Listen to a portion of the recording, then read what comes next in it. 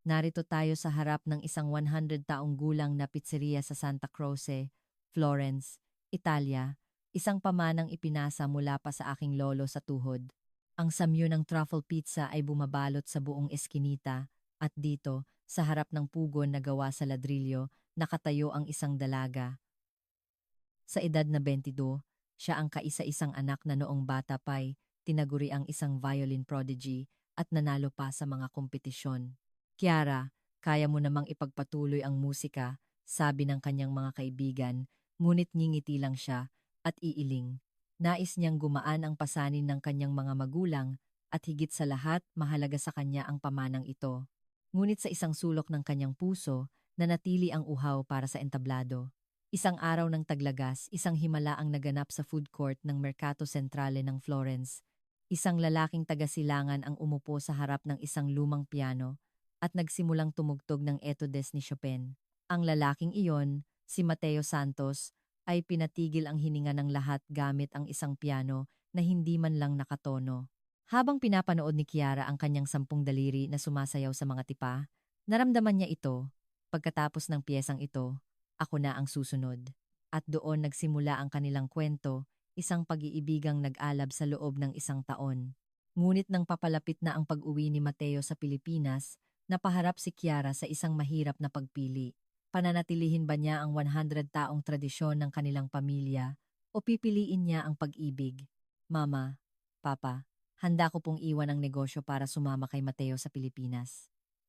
Sa harap ng kanyang mga magulang na nabigla, tinugtog ni Mateo ang wedding march at lumuhod. Nang gabing iyon, ang pizzeria ay napuno ng luha at pagpapala. Ano nga ba ang mga nangyari sa pamilyang ito? Ano ang tunay na dahilan kung bakit iniwan ng isang magandang Italyana ang lahat para sa isang Pilipinong nakilala niya sa kalye? Pakinggan natin ang kanyang kwento.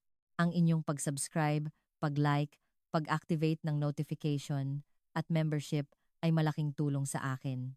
Ako ay isinilang at lumaki sa Santa Croce, Florence, Italia. Bawat eskinita ay may amoy ng kasaysayan at sa gabi, maririnig mo ang tunog ng biolin mula sa kung saan. Ang aming pamilya ay nagpapatakbo ng isang pizzeria malapit sa Mercato Centrale na itinayo pa ng aking lolo sa tuhod. Mahigit 100 taon na ito. Narinig kong noong 1920s pa nang lumipat ang lolo sa tuhod ko dito mula sa Naples at itinayo ang unang pugon. Bilang kaisa-isang anak, lumaki akong puno ng pagmamahal mula sa aking mga magulang. Marami akong kaibigan at maganda ang aking mga grado sa paaralan. Aaminin ko, madalas akong masabihang maganda at maraming lalaki ang nanliligaw sa akin. Ngunit mayroon akong ibang minamahal ang aking biolin. 7 taong gulang ako nang una kong hawakan ang isang biolin. Sa sandaling dumampi ang bow sa mga kwerdas, nagbago ang buong mundo ko. Pati ang mga magulang ko ay nagulat. Sabi ng guro ko, may talento raw ako. Noong high school, sumali ako sa isang kompetisyon para lang sa kasiyahan at nanalo ng pangalawang pwesto. Nakatanggap pa ako ng mga alok mula sa mundo ng sining. Si Kiara ay isang tunay na henyo. Kung magpapatuloy siya, makakapasok siya sa conservatory, sabi ng mga kaibigan ko. Sa tuwing naririnig ko iyon, ngingiti lang ako at tatango.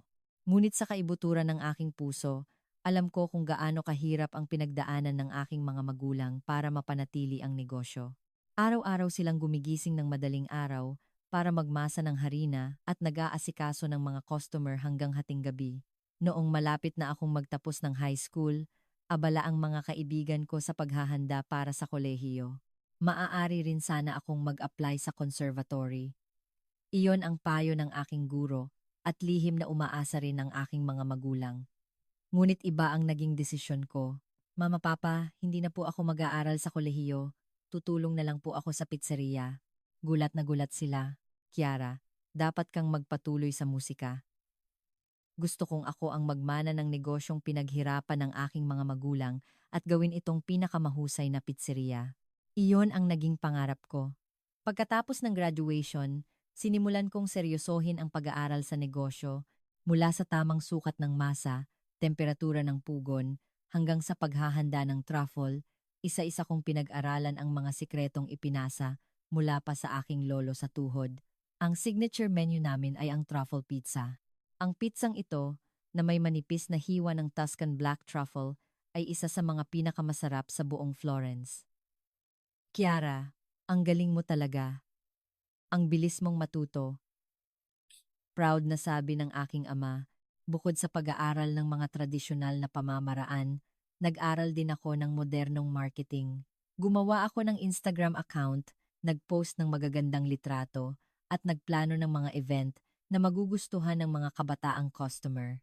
Dahil dito, dumami ang mga batang customer sa aming pizzeria, pati ang mga may-ari ng ibang tindahan sa paligid ay gusto ako. Ang Santa Cruz ay isang lugar kung saan karamihan ng mga negosyo ay may mahabang tradisyon panaderya, tindahan ng alak, gawaan ng katadlahat, ay minana sa loob ng ilang henerasyon. Nakita nila akong lumaki at hinangaan nila ang aking pagiging masayahin at masipag. Napakabait talaga ni Kiara, swerte ang mga magulang niya. Sa tuwing naririnig ko iyon, nakukumpirma kong tama ang naging desisyon ko. Ngunit minsan, kapag nag-iisa na lang ako sa gabi para maglinis, napapatingin ako sa lumang case ng aking violin. Kapag nakikita ko ang makapal na alikabok dito, kumikirot ang puso ko. Gusto kong hawakan ang bow. Gusto kong tumayo sa entablado, pero agad akong iiling. Ito ang landas na pinili ko. Iyon ang paulit-ulit kong sinasabi sa sarili ko bago bumalik sa aking mga gawain. Nang medyo sanay na ako sa trabaho, nagkaroon ako ng libreng oras tuwing tanghali sa mga araw ng linggo. Minsan, binibisita ko ang tindahan ng kaibigan ko sa unang palapag ng Mercato Centrale. Nagpapatakbo siya ng isang pasta shop. Kiara, kamusta na? Anong gusto mo ngayon? Laging masayang bati niya. Doon ako kumakain ng pasta, isang panandaliang pahinga mula sa aking mga gawain. Laging matao ang palengke. Ang pinaghalong turista at lokal ay lumilikha ng isang masiglang enerhiya. Ganoon ang buhay ko hanggang sa maging 22 ako at dumating ang taglagas, dala-dala pa rin ang uhaw sa puso tuwing tinititigan ang case ng violin sa gabi. Ngunit hindi ko alam na may naghihintay sa akin na isang makasaysayang pagkikita na babago sa buong buhay ko. At ang pagkikitang iyon ay darating sa isang ordinaryong tanghalian, sa maingay na food court ng palengke kasama ang isang lumang piano. Iyon ay isang ordinaryong araw ng taglagas. Gumising ako sa umaga, binuksan ang pizzeria, naghanda ng masa, at nag-asikaso ng mga customer. Nang papalapit na ang tanghalian, sinabi ni Mama, Kiara, magpahinga ka muna ngayon. Pumunta ka sa palengke at bisitahin mo ang kaibigan mo. Nagpasalamat ako at nagtungo sa Mercato Centrale. Gaya ng dati, puno ito ng tao. Ang food court sa unang palapag ay puno ng iba't ibang amoy ng pagkain at tawanan ng mga tao. Pumasok ako sa pasta shop ng kaibigan ko at umorder. Gagawan kita ng carbonara ngayon. Salamat. Umupo ako sa isang mesa at kinuha ang aking telepono. Habang tinitingnan ko ito, bigla akong nakarinig ng tunog ng piano. Noong una, inakala kong may naglalaro lang sa mga tipa. May isang piano kasi doon na para lang palamuti, lumana at hindi pa nakatono. Ngunit agad kong nalaman na mali ako. Nagsimulang tumunog ang etudes ni Chopin. At hindi ito ang orihinal na bersyon. Ito ay isang kakaibang arrangement na gawa mismo ng tumutugtog. Bawat nota ay lumutang sa hangin. Ang maingay na palengke ay unti-unting tumahimik. Ang mga tao ay isa-isang lumingon. Sino ang tumutugtog niyan? Wow! Ang galing! Noong una, puno ng kuryosidad ang kanilang mga mata. Ngunit habang lumalalim ang musika, nagbago ang kanilang mga ekspresyon. Ang mga kamay na kumakain ay huminto at ang mga boses na nag-uusap ay humina. May isang nagpatay ng background music na karaniwang tumutugtog. Sa sandaling iyon, ang palengke ay naging isang concert hall. Hindi ko na malayang naibaba ko na pala ang aking telepono. Kumakabog ang aking dibdib. Hindi lang ito basta magaling tumugtog. Bawat nota ay may damdamin at ang kontrol sa lakas at hina ay perpekto. Sino ang makakapaglabas ng ganito kagandang tunog mula sa isang luma at sintunadong piano?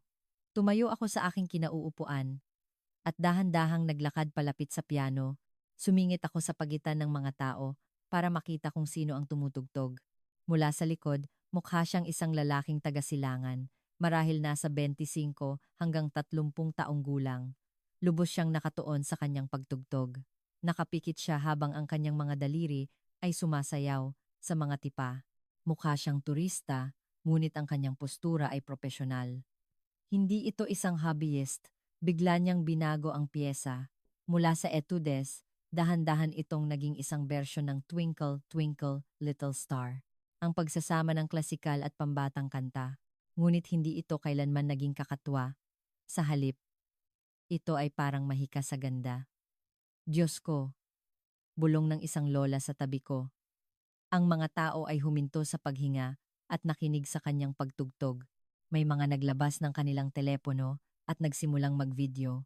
Ayaw nilang palampasin ang sandaling iyon. Ganoon din ako. Nagpatuloy ang pagtugtog. Ang kanyang 10 daliri ay parang mga buhay na nilalang na dumadaloy sa mga tipa. Mabilis at tumpak sa mga mabilis na bahagi at malalim ang emosyon sa mga mabagal na bahagi. Ang tamang paggamit ng teknik at palamuti ay nagbigay ng pakiramdam na para kang nanonood sa isang concert hall kung saan kailangan mong magbayad. Tumunog ang huling nota. Isang mahabang katahimikan ang bumalot sa palengke. Pagkatapos ay isang malakas na palakpakan. Lahat ng tao ay tumayo at pumalakpak. Bravo! Encore! Hindi ko na malayang nakangiti na rin pala ako habang pumapalakpak. Puno ng galak ang aking puso. Kailan ko huling naramdaman ang ganitong emosyon? Isang matagal nang nakalimutang damdamin ang muling nabuhay. Ito ang pakiramdam noong tumutugtog ako ng biolin sa entablado. Yumuko ang lalaki sa mga manonood. Grazie, sabi niya sa matatas na Italyano. May kaunti siyang punto, ngunit malinaw itong naiintindihan. Muli siyang umupo sa harap ng piano. Gusto niyo pa ba ng isa? Naghiyawan ang mga tao. At sa loob ng isang oras, nagkaroon ng isang biglaang konsiyerto. May mga sumisigaw ng mga request. Isang matandang lalaki ang humiling ng O Sole Mio at buong galak itong tinugtog ng lalaki at sinabayan pa niya sa pagkanta ang matanda. Ang buong palengke ay naging pag-aari niya. Gamit ang kanyang 10 daliri, binihag niya ang puso ng daan-daang tao. Pinanood ko siya ng may paghanga. Lumamig na ang pasta na dinala ng kaibigan ko, ngunit hindi ko ito inintindi. Sino kaya ang lalaking iyon? Sabi ng isang lalaki. Sa tabi ko, paano nagagawang bigyan ng isang taga-silangan ng ganoong klaseng buhay ang mga kanta natin? Ang galing. Tumango ako bilang pagsang-ayon. Nang matapos ang lahat, nagpaalam na siya. Salamat sa pakikinig ninyo ngayong araw. Magkaroon sana kayo ng magandang araw. Sinagot siya ng mga tao ng isang standing ovation. Tumayo siya mula sa piano. Dahan-dahang nagsialisan ang mga tao, ngunit hindi ako makagalaw, para akong na-hypnotize. Gusto kong makilala ang taong ito. Kaya kayang buhayin ng kanyang 10 daliri ang aking biolin? Ang natutulog kong pagnanasa sa musika ay muling nagising. At hindi ko na malayan, naglalakad na ako palapit sa kanya. Hindi ko na inisip ang tingin ng mga tao sa paligid para akong hinihila palapit sa kanya.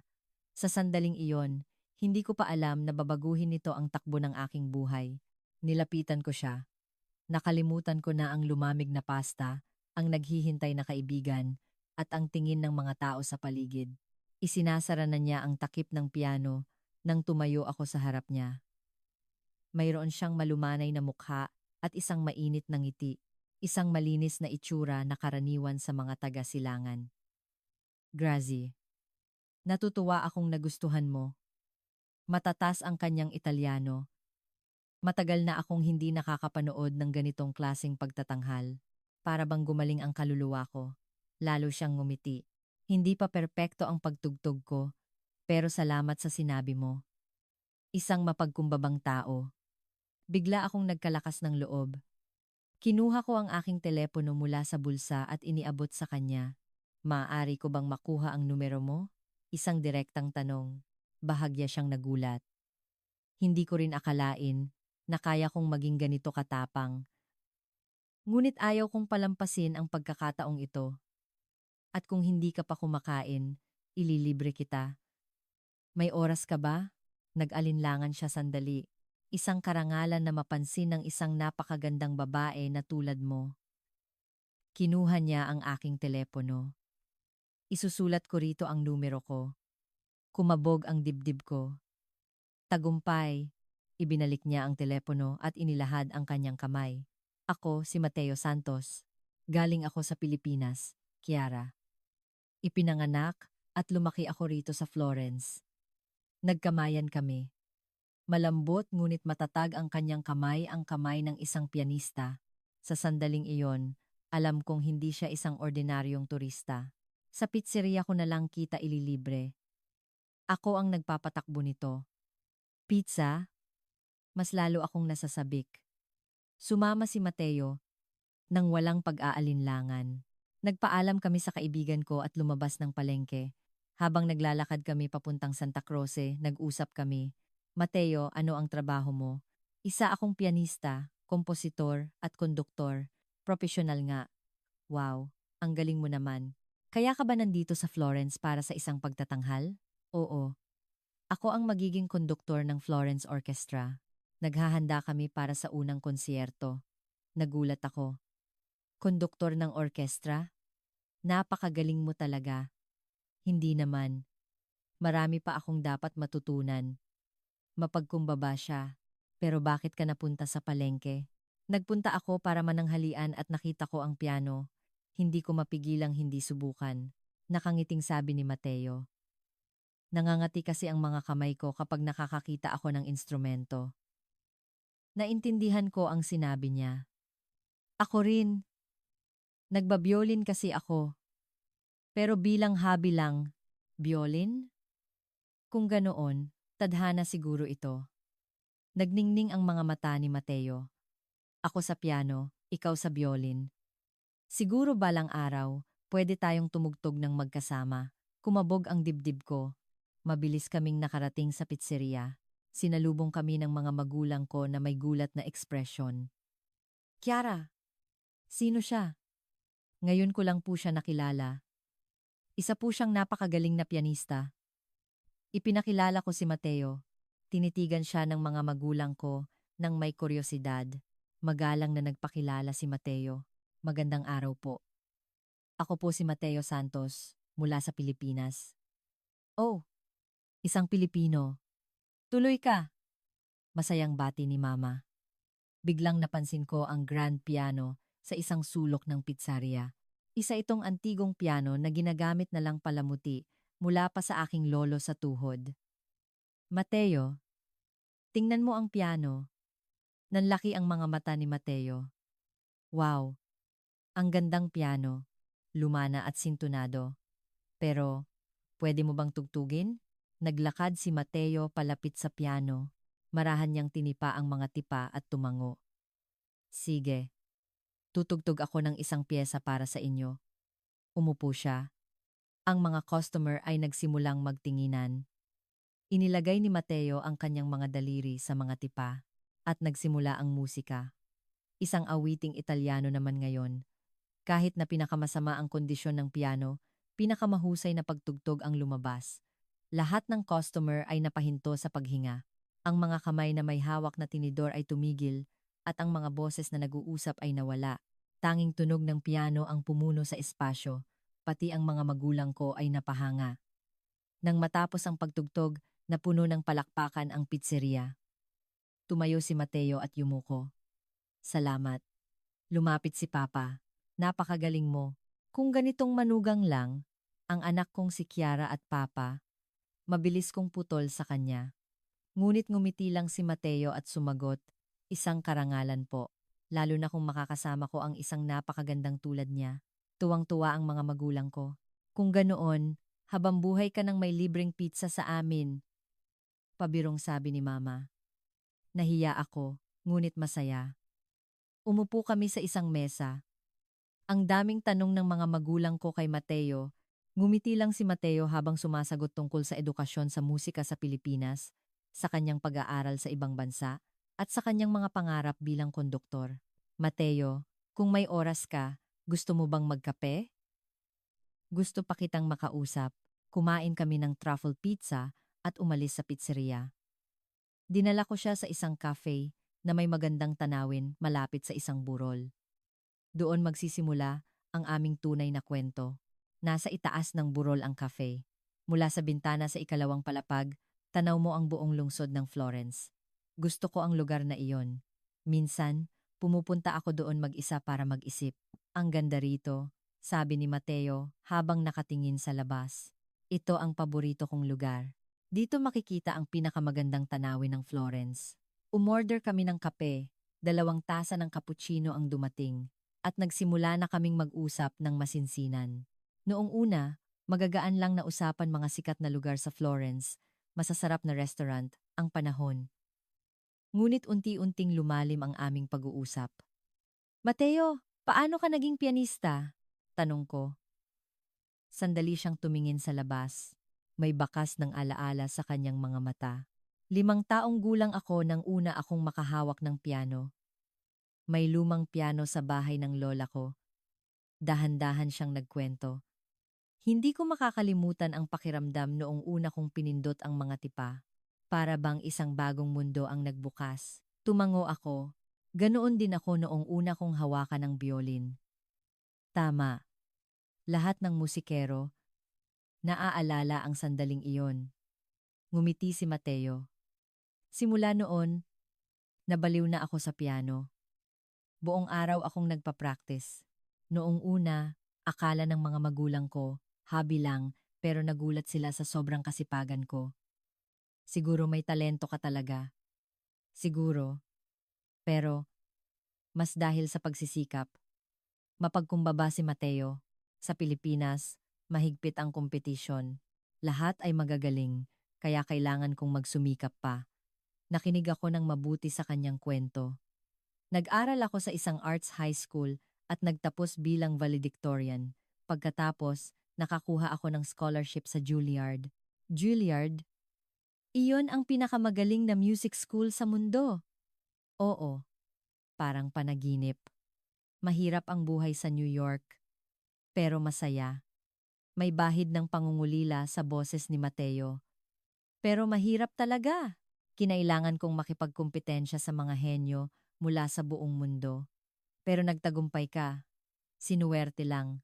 Nakakilala ako ng magagaling na guro at nagsumikap ako. Uminom siya ng kape. Pagkatapos ng graduation, naglakbay ako sa Europa para sumali sa mga kompetisyon. Sa kabutihang palad, maganda ang naging resulta at nabigyan ako ng pagkakataon bilang konduktor. Kaya ka nandito sa Florence ngayon. Tama, ang Florence Orchestra ay isang malaking oportunidad para sa akin. Tumingin si Mateo sa aking mga mata. Ikaw, Kiara, sabi mo nagbabiolin ka. Nag-alinlangan ako sandali. Dati. Ngayon, halos hindi na. Bakit? Kung may talento ka, dapat ipagpatuloy mo. May sinseridad sa boses ni Mateo. Huminga ako ng malalim. Noong bata ako, nanalo ako sa mga kompetisyon. Nakuha ko ang pangalawang pwesto noong high school at nakatanggap ng mga alok mula sa mundo ng sining. Gumawa ako ng isang praktikal na desisyon. Tumingin ako sa labas. Ang pizzeria namin ay may 100 taong tradisyon. Mula pa ito sa aking lolo sa tuhod. Ito ang negosyong pinaghirapan ng aking mga magulang. Tahimik na nakinig si Mateo. Nang magtatapos na ako ng high school, kailangan kong pumili.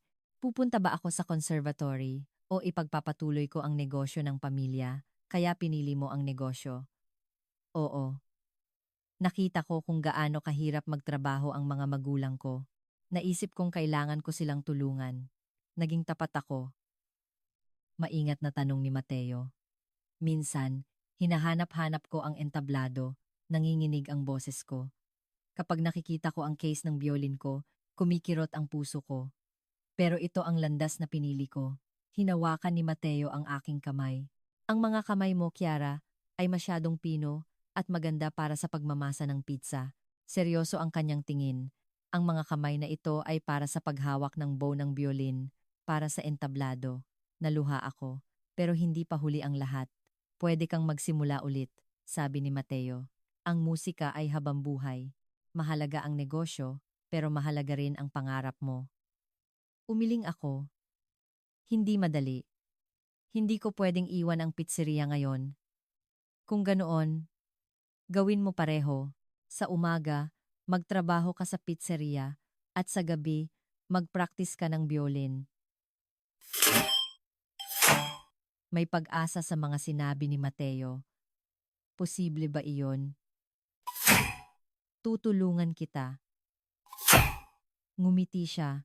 Pwede kang pumunta sa practice room ko at tumugtog tayo ng magkasama. Kumabog ang dibdib ko. Nag-usap kami ng matagal. Tungkol sa pag-ibig sa musika, mga desisyon sa buhay, pangarap, at realidad. Seryoso siyang nakinig sa akin at nakakuha ako ng lakas ng loob mula sa kanyang mga payo.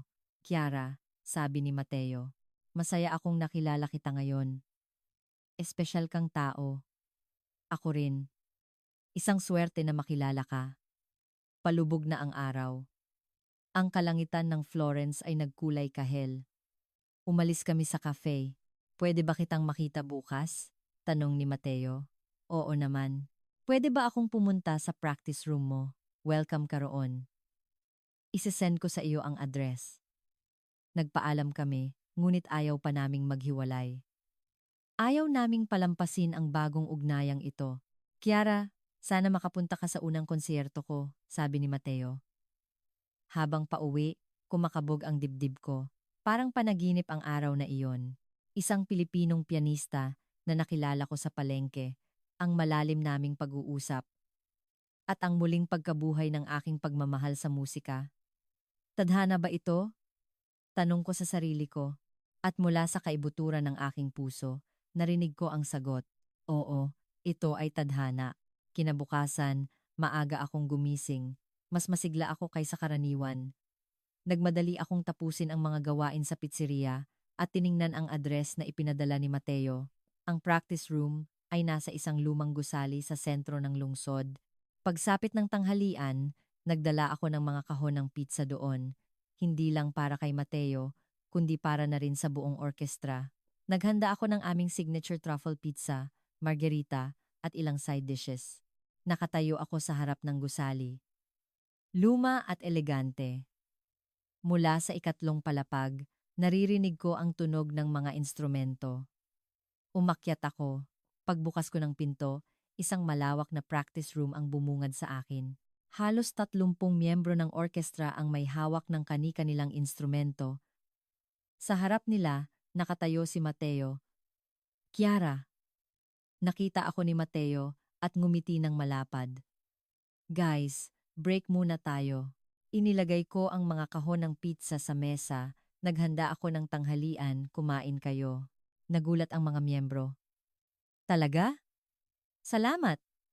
Masaya silang kumuha ng pizza. Ang sarap! Ito ang tunay na pizza ng Florence. Ikinatuwa ko ang kanilang mga papuri. Lumapit si Mateo. Hindi mo na kailangang gawin ito. Hindi. Gusto ko itong gawin. Ngumiti ako. Gusto ko ring mapanood kayong mag-practice. Pwede ba? Oo naman. Welcome ka rito. Hinawakan ni Mateo ang kamay ko. Doon ka umupo. Magsisimula na kami. Umupo ako sa isang silya sa sulok. Pagkatapos kumain ng mga miyembro, bumalik sila sa kanilang mga pwesto. Tumayo si Mateo sa harap ng podium. Nagbago ang kanyang ekspresyon. Nawala ang malumanay ng ngiti at napalitan ng isang seryoso at karismatikong mukha. Okay, simulan na natin ulit. Second movement, measure 32. Ang boses ni Mateo ay pumuno sa silid. Itinaas niya ang kanyang baton. At sa pagbaba nito, nagsimula ang musika. Beethoven's Symphony No. 5. Magaling ang pagtugtog ng orkestra, ngunit gusto ni Mateo ng mas mahusay. Stop! Itinaas niya ang kanyang kamay. Viola section, mas malumanay dapat ang pasok ninyo rito. Huwag ninyong takpan ang mga violin. Opo, sige po. Muling nagsimula ang musika. Mas maganda na ngayon. Tumpak ang bawat kumpas ni Mateo at ang orkestra ay sumusunod sa bawat galaw niya. Pinanood ko siya ng may paghanga. Sa entablado, ibang tao si Mateo. Malakas, puno ng kumpiyansa. Sa bawat pagwagayway niya ng baton, ramdam mo ang pagmamahal ng isang alagad ng sining. 1 oras, 2 oras, nagpatuloy ang ensayo. Walang tigil si Mateo sa paggabay sa kanila. Ayan, ganyan nga. Ramdam ko na ngayon. Ituloy ninyo. Pati ang mga miyembro ay napangiti. Habang pinapanood ko sila, naisip ko, mahal na mahal talaga ng taong ito ang musika. At kasabay nito, naramdaman ko, gusto ko na ring tumugtog ulit. Natapos ang ensayo. Pasado 8:00 na ng gabi. Isa-isang umalis ang mga miyembro. Kiara, pasensya na kung pinaghintay kita, sabi ni Mateo habang nagpupunas ng pawis. Okay lang. Ang galing mo. Taos-puso kong sinabi. Ang karismatiko mo habang nagko-conduct. Nahihiya naman ako.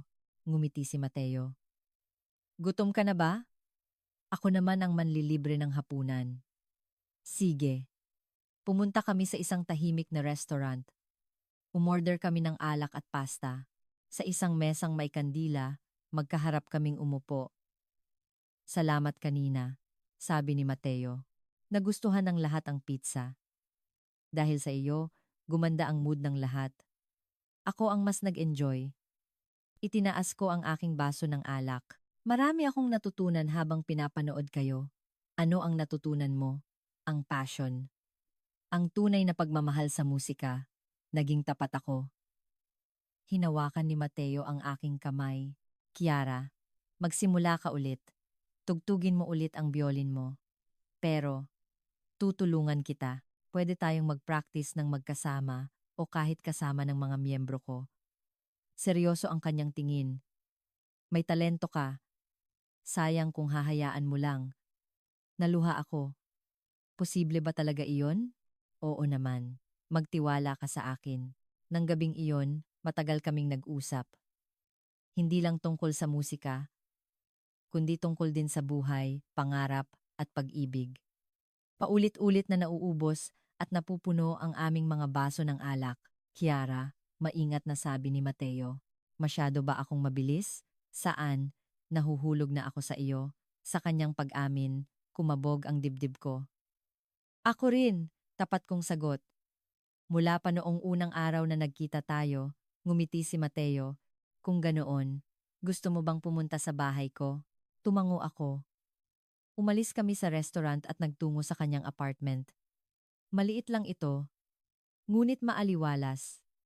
Isang piano ang nasa gitna ng sala. Gusto mo bang tugtugan kita? Tanong ni Mateo. Sige. Umupo siya sa piano. Tumunog ang nocturne ni Chopin. Malambing at kaakit-akit na himig. Umupo ako sa tabi niya at nakinig. Nang matapos ang huling nota, nagkatinginan kami. At naglapat ang aming mga labi. Ang gabing iyon ay naging espesyal para sa amin. Kinabukasan, paggising ko, katabi ko si Mateo. Ang sikat ng araw ay tumatagos sa kurtina at nagbibigay liwanag sa kanyang mukha, isang mapayapang mukha. Tahimik ko siyang pinagmasdan. Panaginip ba ito? Ngunit hindi ito panaginip. Nagising si Mateo. Good morning, Kiara. Good morning. Nagnitian kami. Gusto mo ng kape? Tanong ni Mateo. Sige. Bumangon kami at naghanda ng almusal, kape, tinapay, at prutas. Kiara, seryosong sabi ni Mateo. May gusto akong sabihin sa iyo. Ano iyon? Gusto kita. Gusto kong maging kasintahan ka. Kumabog ang dibdib ko. Opisyal. Pwede ka bang maging girlfriend ko? Nag-alinlangan ako sandali. Ngunit buo na ang desisyon ng puso ko. Oo, sige. Ngumiti ng malapad si Mateo. Talaga? Oo, totoo. Nagyakapan kami. Mula noon, opisyal na kaming magkasintahan. Araw-araw kaming nagkikita. Madalas akong pumunta sa mga ensayo niya at pumupunta naman siya sa pizzeria para sabay kaming maghapunan. Kiara, dinala mo ba ang violin mo? Tanong ni Mateo isang araw. Oo, dinala ko. Tumugtog tayo. Matagal na panahon na mula noong huli kong buksan ang case ng aking violin. Naramdaman ko ang kaba habang inilalabas ang maalikabok na instrumento. Nilagyan ko ng rosin ang bow at tinono ang violin. Anong tutugtugin natin? Vivaldi's Four Seasons, Spring? Sige. Umupo si Mateo sa piano at hinawakan ko ang violin. Huminga ako ng malalim at tinugtog ko ang unang nota. Noong una, naninibago ako. Matagal akong huminto kaya nanigas ang mga daliri ko. Ngunit unti-unting bumalik ang aking galing. Ang piano ni Mateo ang gumabay sa akin. Ayan, Kiara, ituloy mo lang. Pinalakas ni Mateo ang loob ko. Pumikit ako at nag-focus. Dumaloy ang musika sa aking katawan. Ang mga nakalimutang damdamin ay muling nabuhay. Natapos ang pagtugtog. Nagmulat ako. Pumapalakpak si Mateo. Perpekto. Kiara, may talento ka talaga. Salamat. Naluha ako. Masaya akong nakatugtog ulit. Niyakap ako ni Mateo. Mula ngayon, madalas na tayong tumugtog. Ako ang sasaliw sa iyo. Simula noon, madalas kaming tumugtog ng magkasama sa practice room ni Mateo, minsan sa parke, ang musika ang lalong nagpalapit sa amin. At dumating na ang araw ng unang konsierto ni Mateo. Kinakabahan ako, sabi ni Mateo sa backstage. Kaya mo iyan, naniniwala ako sa iyo. Hinawakan ko ang kanyang kamay. Nasa gitna ako ng unang hilera. Tumingin ka lang sa akin. Salamat, Kiara. Lumabas na siya sa entablado. Bumalik ako sa aking upuan sa pinakagitna ng unang hilera. Ang upuang ipinangako ni Mateo. Dumilim ang mga ilaw. Umakyat ang mga miyembro ng orkestra. At sa huli, si Mateo. Nagpalakpakan ang mga manonood. Tumayo si Mateo sa podium. Sandali siyang tumingin sa akin. Nagtama ang aming mga mata at tumango ako para palakasin ang kanyang loob. Itinaas niya ang kanyang baton at nagsimula ang musika. Beethoven's Symphony No. 5. Ang unang nota ng Fate ay umalingaw-ngaw. Isang malakas at makapangyarihang himig ang pumuno sa concert hall. Perpekto ang pagkumpas ni Mateo. Karismatiko at tumpak. Ang orkestra ay perpektong sumunod sa bawat galaw niya. Ang musika ay parang isang buhay na nilalang na dumadaloy. Naluha ako, labis akong naantig. Ang taong mahal ko ay nagniningning sa entablado. Natapos ang huling movement. Sandaling katahimikan. At pagkatapos ay isang malakas na standing ovation. Lahat ng manonood ay tumayo at pumalakpak. Bravo! Encore! Nagpasalamat si Mateo sa mga manonood. Isang malapad na ngiti ang nasa kanyang mukha at tumingin siya sa akin. Mula sa entablado, itinuro niya ako at kumaway. Namula ang mukha ko, ngunit masaya ako. Pagkatapos ng konsierto, nagkita kami. Napakagaling mo! Niyakap ko siya. Dahil sa iyo ito, bulong ni Mateo. Dahil sa iyo, nagkalakas ako ng loob. Nang gabing iyon, pumunta kami sa isang celebration party. Ang mga miyembro ng orkestra at staff ay nagdiwang sa tagumpay ni Mateo, may alak at tawanan. Congratulations, maestro! Sigaw ng mga miyembro. Habang pinapanood ko sila, naisip ko, kung kasama ko ang taong ito, magiging masaya ako. Lumalim na ang gabi. Pagkatapos ng party, umuwi kami sa bahay ni Mateo. Kiara, niyakap ako ni Mateo. Mahal kita, mahal din kita, Mateo. Nang gabing iyon, pinatunayan namin ang aming pag-ibig. Ngunit hindi ko alam na malapit nang dumating ang isang pagsubok sa amin. Mabilis na lumipas ang panahon, parang panaginip ang isang taon kasama si Mateo. Masaya kami. Araw-araw kaming tumutugtog at nililibot ang Florence. Dahil kay Mateo, muli kong hinawakan ang biolin at dahil sa akin, nakahanap siya ng kapanatagan sa Florence.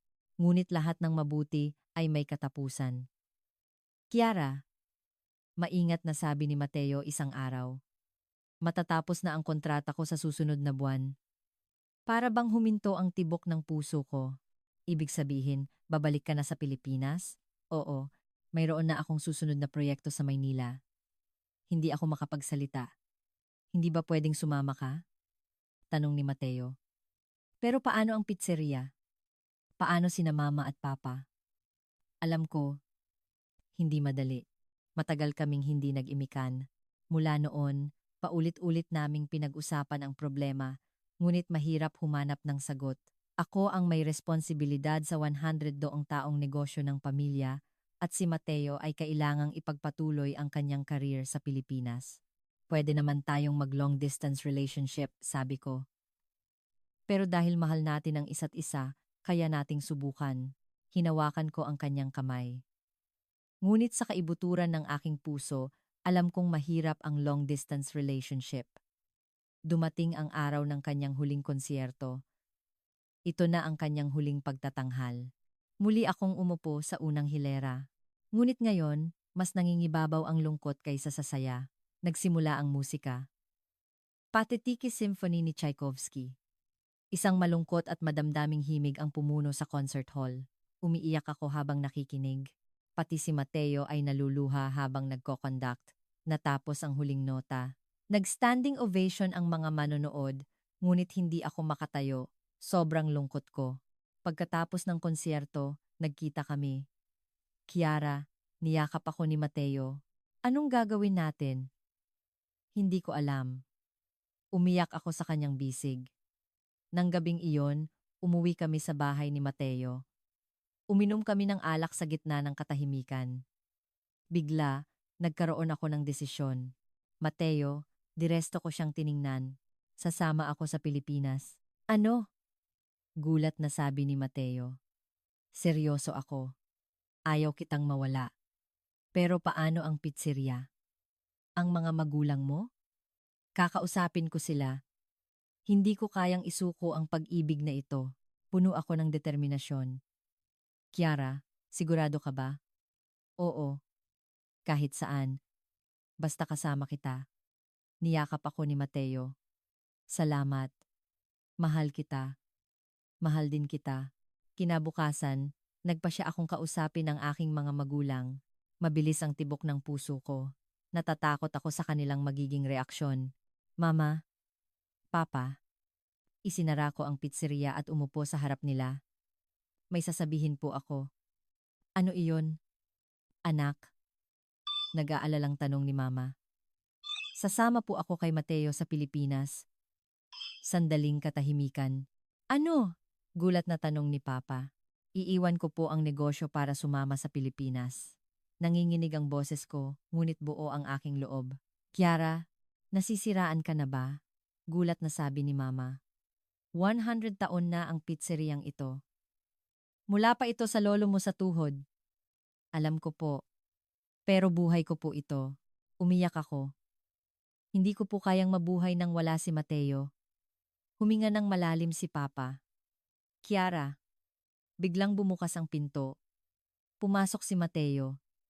Magandang araw po. Magalang siyang bumati. Nandito po ako para personal na makipag-usap sa inyo. Mateo, sabi ni Mama na may halong iba't ibang emosyon. May sasabihin po ako sa inyo. Biglang naglakad si Mateo papunta sa piano sa sulok. Anong ginagawa mo? Pati ako ay nagulat. Umupo si Mateo sa piano at nagsimulang tumugtog. Ito ay ang wedding march. Ngunit hindi ito ang orihinal na bersyon. Ito ay isang mas maganda at madamdaming bersyon na inayos mismo ni Mateo. Ang musika ay pumuno sa pizzeria. Kami ni na Mama at Papa ay huminto sa paghinga at nakinig. Natapos ang pagtugtog. Tumayo si Mateo mula sa piano at lumapit sa akin. At lumuhod siya sa harap ko. Anong ginagawa mo? Umiiyak ako. Kinuha ni Mateo ang isang maliit na kahon mula sa kanyang bulsa. Kiara, binuksan niya ang kahon. May singsing sa loob. Will you marry me? Nanginginig ang aking mga kamay. Tumango ako. Yes. Oo naman. Tumayo si Mateo at niyakap ako. Umiiyak kami habang nakangiti. Pati ang mga magulang ko ay umiiyak. Anak ko!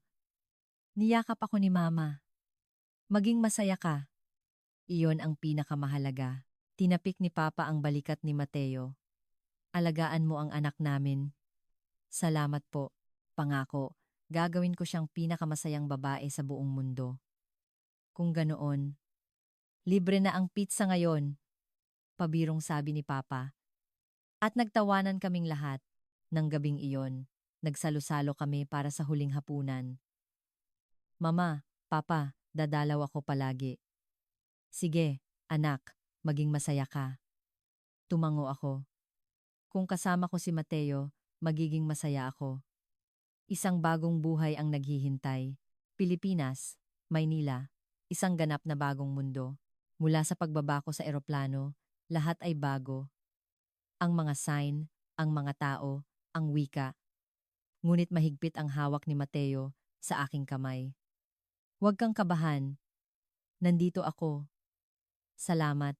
Ngumiti ako habang sumasandal sa kanya. Ang bahay ni Mateo ay nasa sentro ng Maynila. Isang maliit ngunit maaliwalas na apartment. Mula sa bintana, tanaw ang syudad. Ibang-iba sa Florence. Ito ang bahay natin.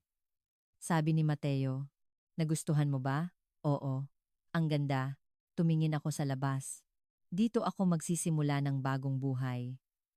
Oo. Tayong dalawa. Noong unang mga linggo, nahirapan akong mag-adjust. Halos hindi ako marunong magtagalog at bago sa akin ang pagkain. Ngunit tinulungan ako ni Mateo. Tinuruan niya ako ng Tagalog, dinala sa masasarap na restaurant at ipinasyal sa iba't ibang lugar sa Maynila. Gusto mo bang pumunta sa Luneta Park ngayon? Luneta? Oo, isang magandang parke sa Maynila. Nagpunta kami sa Luneta. Naglakad kami habang magkahawak kamay. May mga nagbibisikleta, kumakain ng street food at nakikinig ng musika. Ang ganda rito, sabi ko. Iba sa Florence, pero may sarili itong ganda. Tama, 'di ba? Ang Maynila ay isang napakagandang lungsod. Proud na sabi ni Mateo. Sa paglipas ng panahon, unti-unti akong nasanay sa Maynila. Gumaling ang Tagalog ko at natuto na rin akong kumain ng kimchi. Higit sa lahat, muli akong nagsimulang magbiolin. Kiara, may music school dito, sabi ni Mateo isang araw. Kaibigan ko ang may-ari. Pwede kang kumuha ng lessons. Talaga? Tuwang-tuwa ako. Matagal ko nang gustong mag-aral ulit ng maayos. Sa school, nakilala ko ang bago kong guro. Isang sikat na Pilipinong biolinista. Pagkatapos niyang pakinggan ang pagtugtog ko, sinabi niya, "May talento ka. Kung magpa-practice ka ng tuloy-tuloy, makakapasok ka sa orkestra." Talaga po? Nagningning ang aking mga mata. Oo, sigurado ako. Mula noon, nagsikap akong mag-practice. Araw-araw, 3 hanggang 4 na oras akong nagbabiolin. Tinutulungan din ako ni Mateo. Ang galing, Kiara. Gumagaling ka. Dahil sa iyo ito, hinalikan ko siya. Pagkatapos ng ilang buwan, nag-audition ako para sa isang maliit na orkestra. Kinakabahan ako, ngunit ginawa ko ang lahat. Tinugtog ko ang Summer mula sa Vivaldi's Four Seasons. Pagkatapos ng isang linggo, may tumawag. Congratulations, nakapasa ka, napasigaw ako. Mateo, nakapasa ako. Talaga? Tumatakbong lumapit si Mateo at binuhat ako. Congratulations, mahal ko. Umiyak kami sa tuwa. Sa unang araw ng ensayo, nanginginig akong pumasok sa practice room. Masayang bumati ang ibang miyembro. Hello, Kiara. Hello po. Nagsimula ang ensayo. Napakasarap sa pakiramdam na muling maging bahagi ng isang orkestra. Ang iba't ibang instrumento ay nagsama-sama upang lumikha ng magandang musika. Nagawa ko, sabi ko sa sarili ko. Swerte, at hindi ko sinukuan ang pangarap ko. Pag-uwi ko, naghahanda ng hapunan si Mateo. Kamusta? Ang saya. Niyakap ko siya. Sobra akong masaya. Ako rin. Hinalikan ni Mateo ang aking noo. Kung masaya ka, masaya na rin ako. Sabay kaming naghapunan, isang fusion ng pagkaing Pilipino at Italyano. Tulad ng aming relasyon, dalawang kultura na nagkaisa. Kiara, sabi ni Mateo, sa Taglagas, pupunta tayo sa Florence. Talaga? Oo. Gusto ko nang makita ang mga magulang mo. At gusto kong bisitahin ulit ang palengke na iyon. Ngumiti ako. Sige, ang lugar kung saan tayo unang nagkita. Dumating ang Taglagas. Lumipad kami papuntang Florence. Naghihintay ang mga magulang ko sa airport. Mama, Papa, tumatakbo akong yumakap sa kanila. Anak, ang laki na ng pinagbago mo. Umiiyak na sabi ni Mama. Masaya akong makitang masaya ka. Pumunta kami sa pizzeria. Puno pa rin ito ng customer. Nagluto si Papa ng pizza para sa amin. Mateo, manugang ko, dito ka umupo. Salamat po. Papa. Nandoon pa rin ang lumang piano. Dito, hinawakan ko ang kamay ni Mateo. Dito tayo unang nagkita. Naaalala ko. Para kang hinihila palapit sa akin. Ngumiti si Mateo. Nahihiya ako. Namula ako. Gusto mo bang tumugtog? Alok ni Mateo. Sige. Umupo si Mateo sa piano at inilabas ko ang aking violin. Nagsimulang maglapitan ang mga tao. Tinugtog namin ang autumn mula sa Vivaldi's Four Seasons. Perpektong nagsama ang piano at violin. Huminto sa paghinga ang mga tao at nakinig. Nang matapos ang huling nota, isang malakas na palakpakan ang umalingaw-ngaw. Bravo! Encore! Nagpasalamat kami. Lumapit ang mga tao para makipagkamay. Napakagandang pagtugtog. Salamat po. Masaya ako. Kasama si Mateo. Kasama ang musika. Naranasan ko ang isang perpektong sandali. Nang gabing iyon, umakyat kami sa Piazzale Michelangelo. Pumunta kami sa cafe kung saan kami unang nag-date. Kiara, hinawakan ni Mateo ang aking kamay. Ang pagpapakasal sa iyo ang pinakamagandang desisyon sa buhay ko. Ako rin. Sumandal ako sa kanya. Ang pagpunta sa Pilipinas ang pinakamagandang adventure sa buhay ko. Sana, maging masaya tayo palagi. Oo naman. Pinanood namin ang mga ilaw ng Florence. Dalawang kultura, dalawang tao, isang pag-ibig, ang tunay na dahilan kung bakit iniwan ng isang magandang Italyana ang lahat para sa isang Pilipinong nakilala niya sa kalye ay pag-ibig. Ngunit hindi lang ito simpleng pag-ibig. Ang Pilipinas ang nagbalik sa akin ng aking nawawalang pangarap. Binigyan niya ako ng pagkakataong muling hawakan ang violin at tumayo sa entablado. Dahil sa masiglang komunidad ng sining doon, nailabas ko ang aking talento at higit sa lahat, nakilala ko si Mateo. Siya ang naging musika ng aking buhay. Mahal kita, Kiara. Mahal din kita, Mateo. Ang aming kwento ay hindi katapusan, kundi isang simula. Bawat taglagas, babalik kami sa Florence. Tutugtog kami sa palengke na iyon at magbibigay ng saya sa mga tao. Sa Maynila man o sa Florence, magiging masaya kami. Dahil mayroon kaming musika at pag-ibig. Nagustuhan niyo ba ang kwento ngayon? Kung oo, mangyaring mag-subscribe, i-like at i-on ang notification para sa mas marami pang kwento. Sumali sa aming membership at pindutin ang hype button para maibahagi ang mga nakakaantig na kwento sa mas maraming tao.